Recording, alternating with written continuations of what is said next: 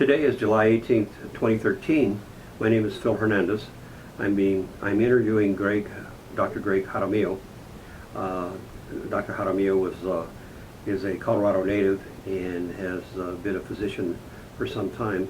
He is currently with Salud Clinic in Longmont. I think we agree that he's been with Salud approximately 15 years. This interview has been recorded for the Boulder County Latino History Project and the Maria Rogers Oral History Program. The interview is being filmed by Ana Casa. And so we'll just start with some questions, and you go from where you'd like in terms of responding to these questions. Thank you, Phil. Okay. When and where were you born? I was born in Fitzsimmons Army Hospital on August 7th, 1951 in what is now Aurora, but back then was Denver, Colorado. Okay. Can you share a little bit about your extended family, their history in Colorado, Sure, I'd be happy to. Well, my mother and father are both natives, in fact, of Colorado, as is my grandfather. On my dad's side, my grandfather from my mother's side came from another part of the country, but we were in southern Colorado for the most part, and my grandfather did work the mines in Trinidad, Segundo, and Tercero, and up that valley, and eventually made it up north to Denver, and that's where he met with my grandmother, and they moved all around the state. They did contracting in farms, and my father was born in a little community in northeastern Colorado called Crook, Colorado. So my mom was born in Alamosa and stayed there until she was old enough to get out, and then came to Denver and promptly met my father. And our family, I'm the eldest of 6 children. We were raised pretty much in the Denver area. Are your siblings, are they also college graduates, or?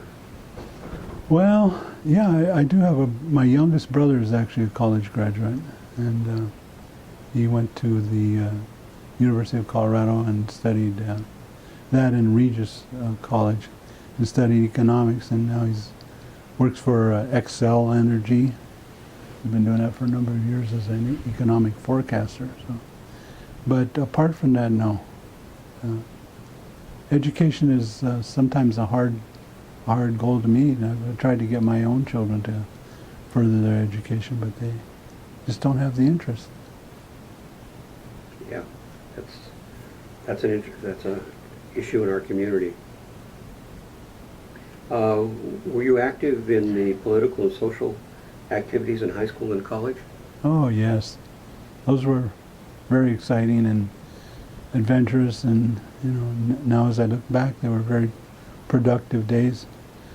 I graduated from high school in 1969, the Adams City High School in Commerce City, Colorado, and the movement was going full blast at that time. The Vietnam War was on.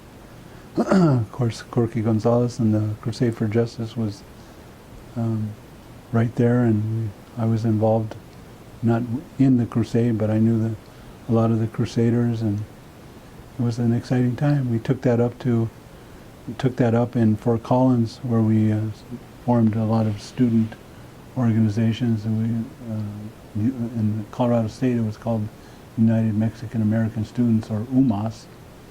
And then there was MECHA and other student organizations that we used to largely survive up there in that environment that was pretty foreign, and we felt not particularly friendly to us, coming from our neighborhoods, our traditions and stuff. So it was fun times. I met a lot of people and forged some lifelong friendships. I got involved with the American Indian movement in sorts, and took me off into a whole nother area that almost cost me my future in regard to being able to practice medicine and things like that. Talk about a little bit about your road to to becoming a doctor, to becoming a physician. Yeah. Well, I was at Colorado State University studying for a couple of years, and I always wanted to do something to help people.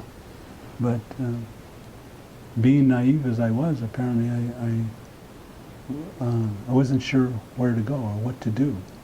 I attempted to study social work for a couple of years and got inspired by a professor of mine. His name was Victor Baez. He was a Puerto Rican from back east that was a professor at the university, or the Colorado State University, and he inspired me a bit. But social work just didn't fulfill what I wanted to do, because I was always thinking that anytime a change in the government happens and social programs change, and it just wouldn't, I couldn't make an impact. And I was afraid of sciences, because I had never had any significant exposure in high school doing science courses, and other than the very basics. But finally, I kind of got the courage up to start taking zoology classes, believe it or not, at Colorado State, because they're very renowned for their veterinary medicine. So I started taking zoology and biology and botany, and I said, well, gee, I can do this. So I kept studying, and then something else took me away from Colorado State. One of my adventures into South Dakota. And I took it up studying again in Denver probably a year or two later, and was inspired by one of my mentors, Dr. Virgilio Licona, and he introduced me to a physician assistant program that specialized in pediatrics at the University of Colorado in Denver at the Health Sciences Center at that time. So that's from there I was able to get into the program at the Child Health Associate program, which is the physician assistant program. And again, I followed Licona's lead into southern Colorado. We went and worked in a clinic down in Rocky Ford, served primarily farm workers. And from there into Pueblo, where Dr. Richard Rivera had kind of set the things on fire down there with the community health centers. And eventually, working for Rivera, after he left the health centers in his private practice, I became inspired by him and others, usually positively, to go back to medical school. So I left Pueblo and came back to the University of Colorado in Denver at the Health Sciences Center in the MD program, and that was in 1990, I believe.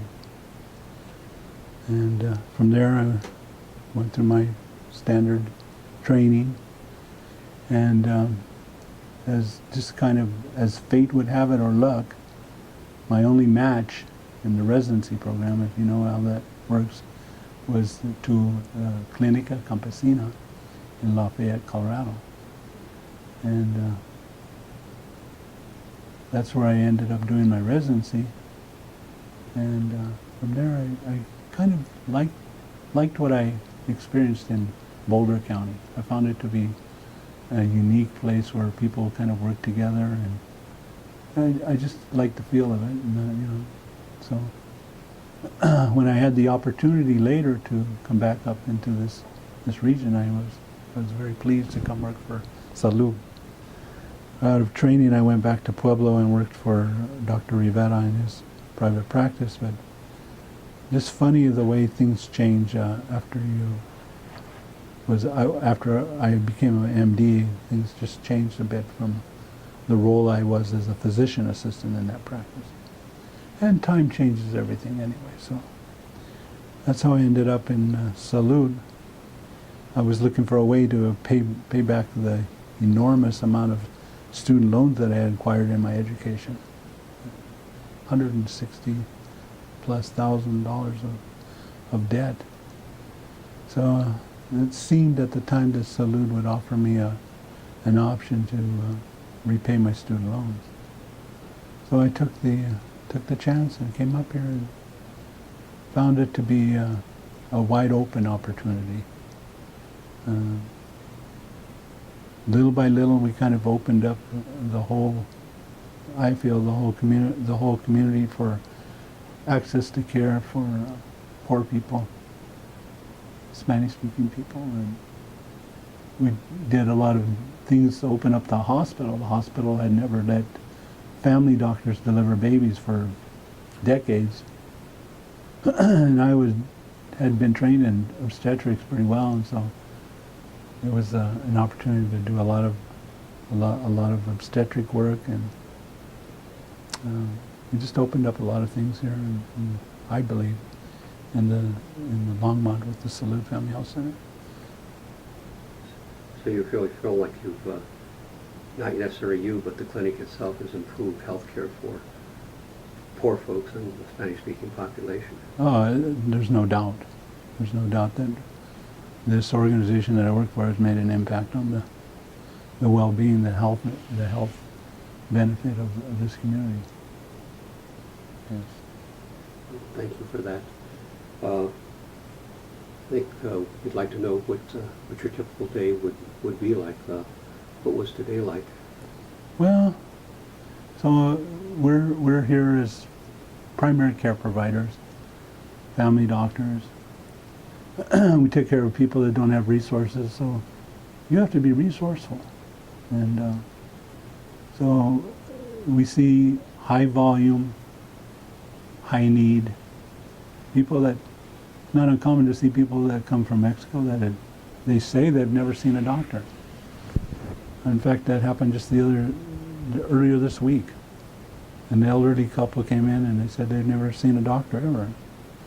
I go, you're kidding, you know, in their language and in their way, not to offend them, but it's a very busy time. Today I saw 20 patients. We used to see more. We used to see 24, 30 patients a day. But since we started with our electronic health records, and things are much more detailed now, so it actually takes longer to do things. The records are more complete. There's much more detail to everything, and hopefully we're not hurting people as much as we did before with sloppy records and things like that. But it's a very high volume, and did I mention it's very gratifying? Your voice tells us that. Yeah, I love my work. We work hard every day, but it's very fun. And I think I learn something every day from, if not from my patients, from myself. Yeah. Okay. This is going down in history, but could you briefly explain the electronic health record? Well, that's a gift from President Obama. When he was elected, that was one of the first things that came out of the stimulus money, they called it, was a way to improve the collection of data and allow primary care providers to have an organized way to keep track of medical records. And so it was Obama that brought that to our organization anyway. He's been very good to us.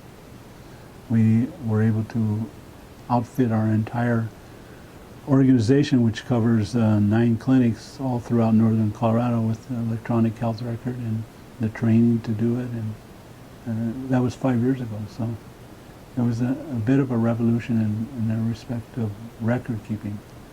We used to have things all over the clinic, telephone faxes, messages, notes, paper charts that I couldn't hardly even carry my 30 charts to the medical record room. They're so heavy.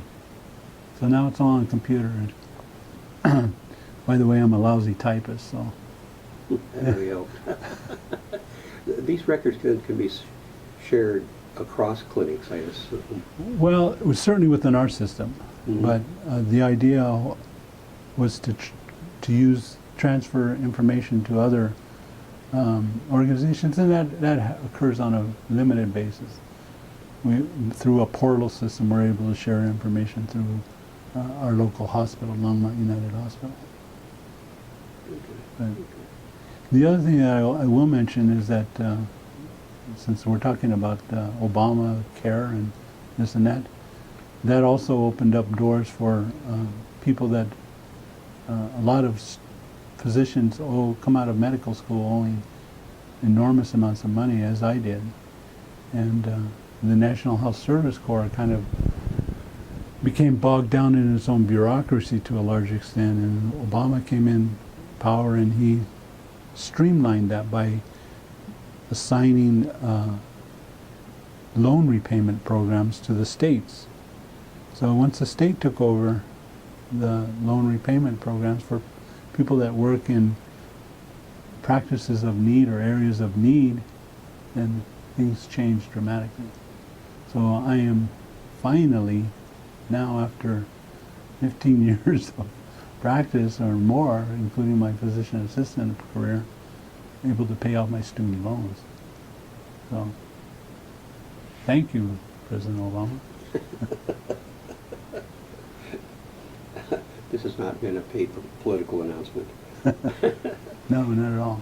Okay, in your past involvement, what issues have been the most challenging, other than your student loans, and what have you been the most successful? In regard to my medical career? Yeah, medical career. Well, I think I touched on it somewhat earlier, just opening access, collaborating with the community. That's what my true passion is you know, I love to work in medicine and taking care of people, but I've always felt, and I think it's true, that I can have more bang for the buck if I work outside of the clinic as well, in community outreach programs and organizing things and working with other organizations. Like, for instance, right now I have a pretty strong relationship with the YMCA. I'm on the board there, and we're able to develop programs that make a difference in people's lives in regard to exercise and diet, and just integrating them into a healthier lifestyle. And you know, I found that to happen on numerous venues throughout the time with early care and education. I've tried to collaborate with leaders of that and projects in that in this area, as well as just the city of Longmont. I spent a lot of time working on projects that they've developed with the Multicultural Action Program and this and that. Currently I'm also involved with a sustainability program of sorts that's operating here in Longmont with subsidized housing. It's called, what is it called? RISE. And that, you know, those are the kind of things that I think are worth investing my time that I don't really have, because I take time away from my wife and my family and my home.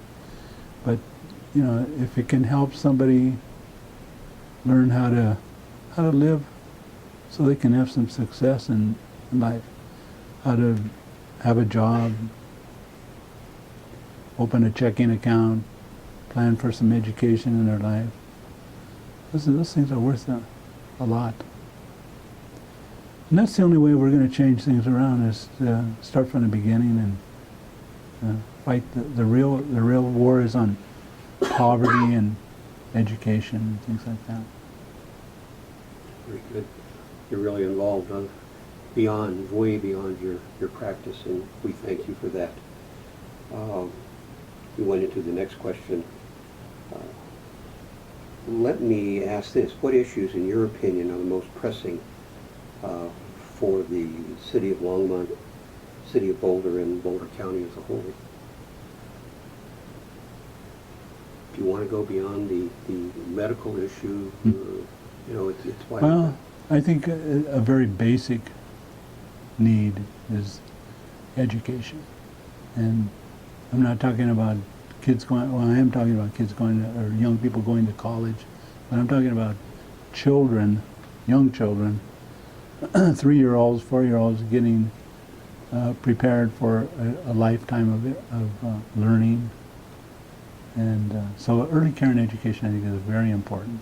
And I know there's a lot of smart people, educators that are working in that area in this county and city, and also in Boulder, of course. It's been a leader there, so I think that's a very important thing, because where will we be in 10, 20, 30, 40 years if not everybody is able to participate in the process of education? Yeah. So that would be one of the major things. Another thing that I think is important for the local governments is to incorporate participation from all walks of life. Not just based on heritage but class and all aspects. Because what the government now is run by people that often don't really have any understanding of the reality of many people that they serve. And I guess that's the way politics have always been, but I think it would benefit the larger community to have broad participation of people in civic duty, be it anything, serving on boards, doing volunteer work in education, etc. So I think those are two of the most important things I think that would benefit the community at large. Very good. With your history of involvement in the affairs of your community, you have obviously developed a personal and professional philosophy.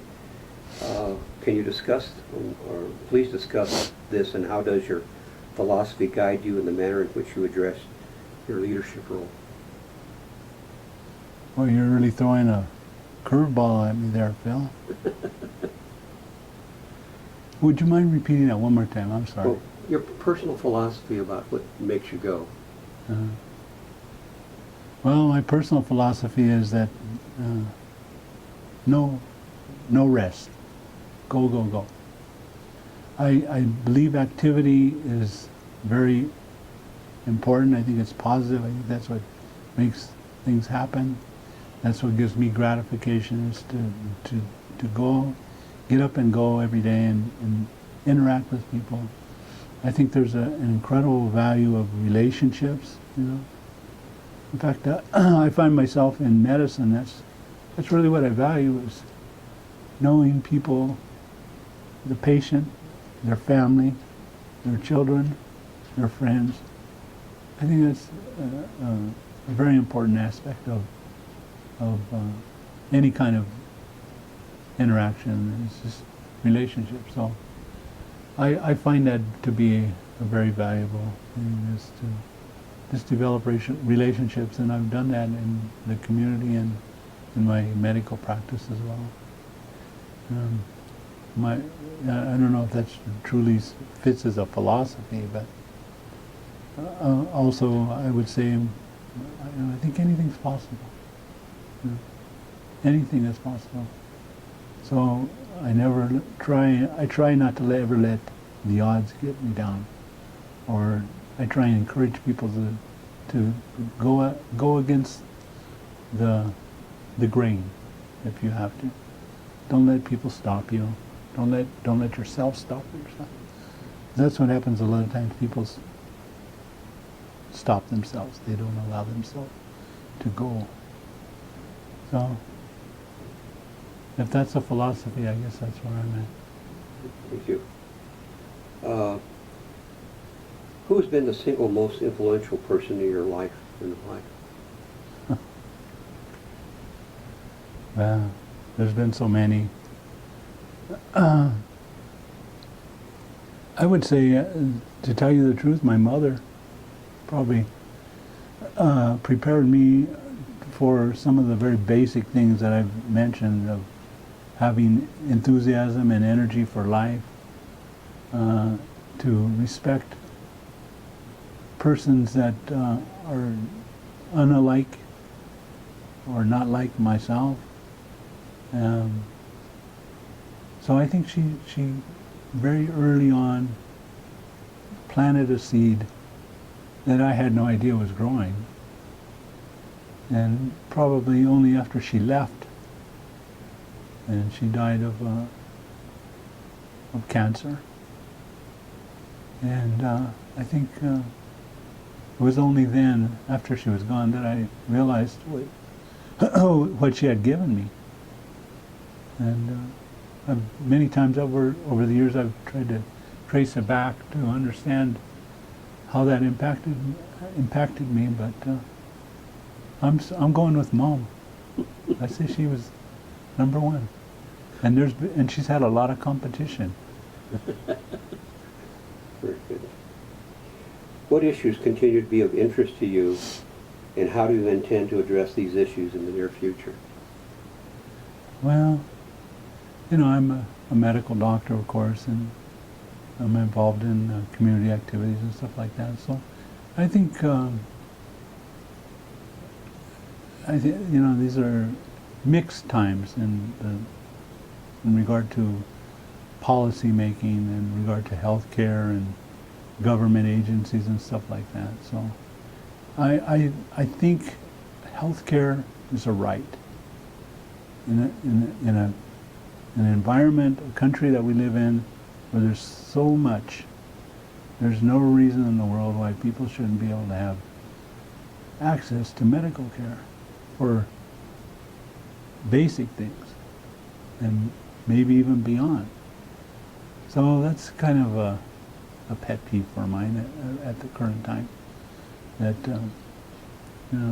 we should be able to find a way to make it work for all people, regardless of where they were born, what they came from,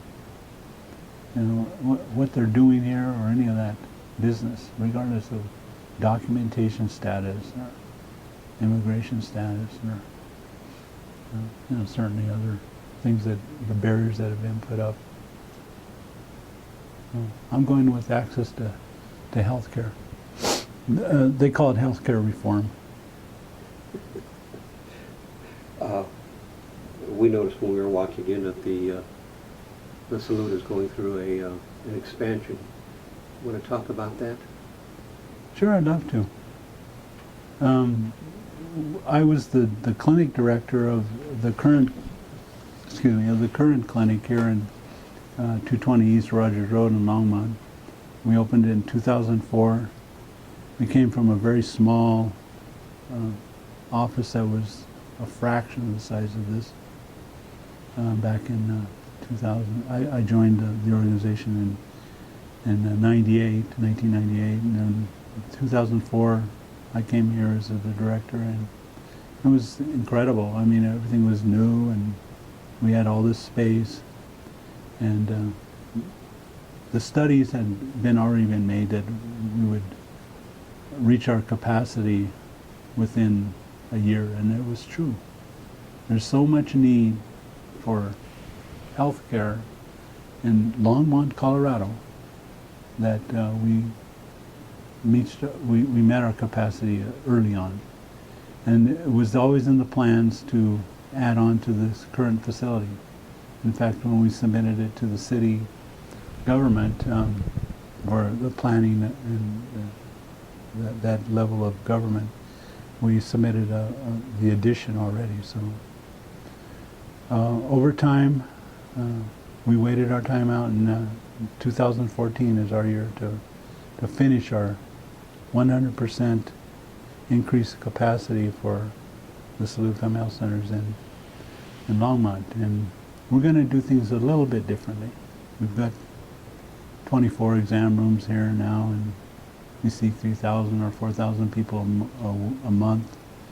We have an active practice of probably at least 17,000 people here in Longmont. But we need to learn how to work smarter. So our new space is going to include larger rooms where we can do shared medical visits, group visits, for select problems, say diabetics or prenatal care, pain management, things like that. We can get people together, and a lot of times people learn from each other. So conceptually, I think we're going to use our space differently. But of course, we'll have many more exam rooms and space for my colleagues to have an office like I have here. So we'll be opening up in probably shortly after the new year in 2014. We'll have a big party. I want you all to come. Very good. Thank you. Anna, do you have any questions? Yes, I do.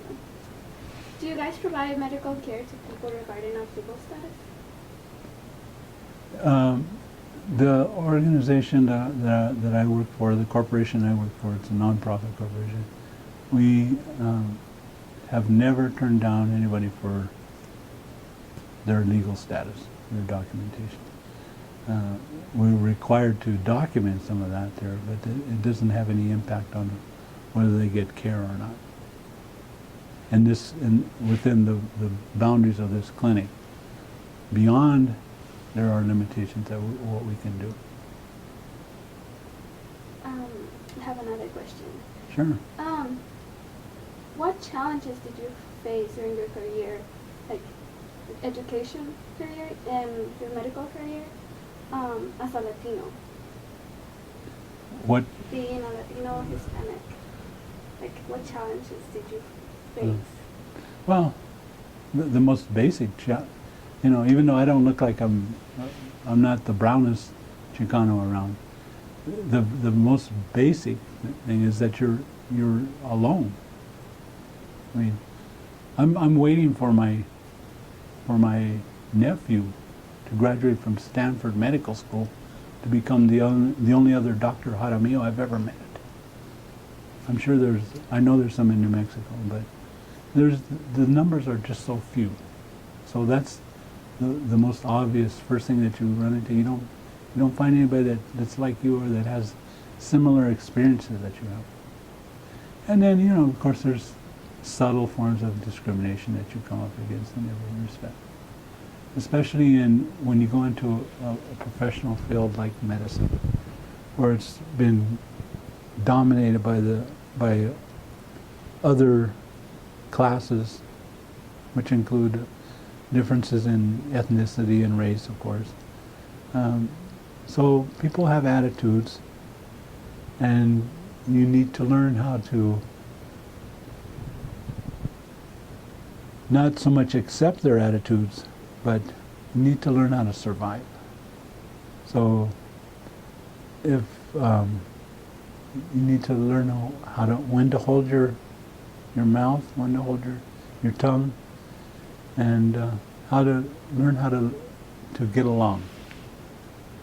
I know that doesn't sound accurate, but it's something that I got pretty good at.